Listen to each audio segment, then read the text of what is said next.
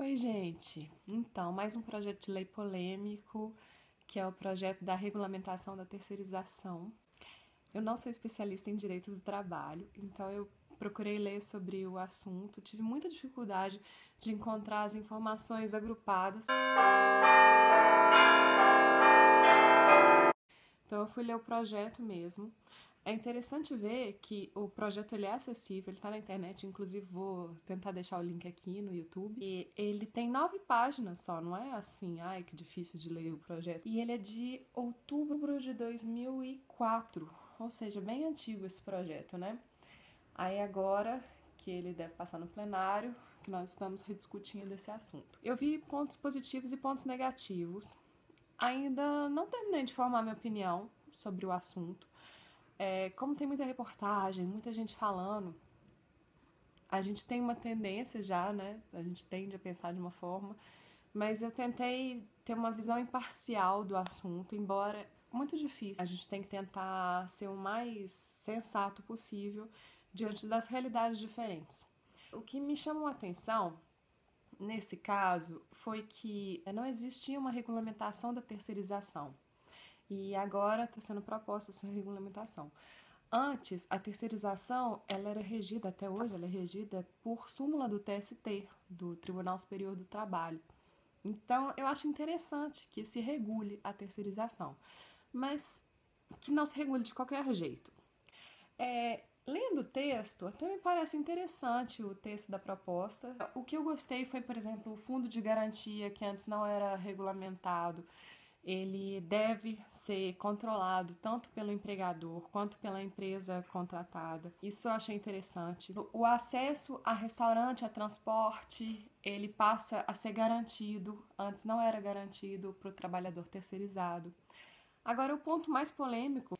Antes, a atividade terceirizada teria que estar relacionada a uma atividade meio da empresa e não uma atividade fim. E agora ela pode também estar relacionada a uma atividade fim. E isso me parece estranho. Um exemplo mais clássico é, por exemplo, uma universidade que contrata segurança, que contrata limpeza de forma terceirizada. O exemplo mais clássico é a limpeza e a segurança não são as atividades fins da universidade. A atividade fim da universidade seria a pesquisa e a educação.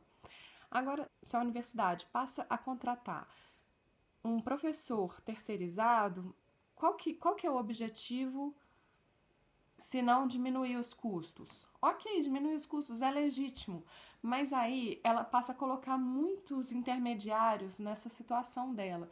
Porque, por exemplo, a pessoa que é encarregada da segurança, quando ela precisa de treinamento, ela vai procurar a empresa que ela é vinculada, que fez a terceirização com a universidade, para procurar treinamento, material, educação em relação ao que ela faz.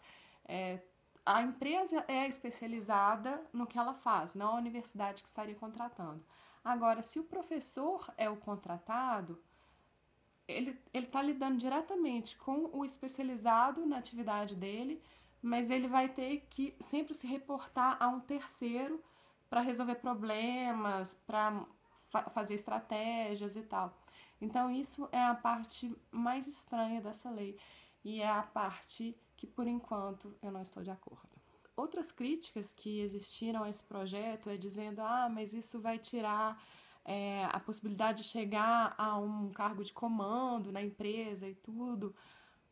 Talvez. Em muitos casos, a gente não tem a possibilidade de chegar a um cargo de comando, mesmo quando a gente é empregado. Então, isso não é o... E muitas vezes a pessoa que não é o empregado é que chega ao cargo do comando. Então, isso é muito mais uma coisa política que eu vejo do que definida pela estrutura da empresa. Agora, outro ponto que eu me lembrei é de nós advogados. Nós advogados, a gente tem a figura do advogado associado que virou quase que um eufemismo para algumas atividades precárias. Claro que não em todos os escritórios, mas em diversos escritórios. E isso também é muito estranho, né? Enfim, pensemos nesse assunto, vou colocar os links de pesquisa que eu achar que possam ser interessantes para quem quiser conhecer um pouco mais. Quem puder me enviar mais informação também agradeço, porque afinal de contas é algo que diz respeito a todos nós. Obrigada.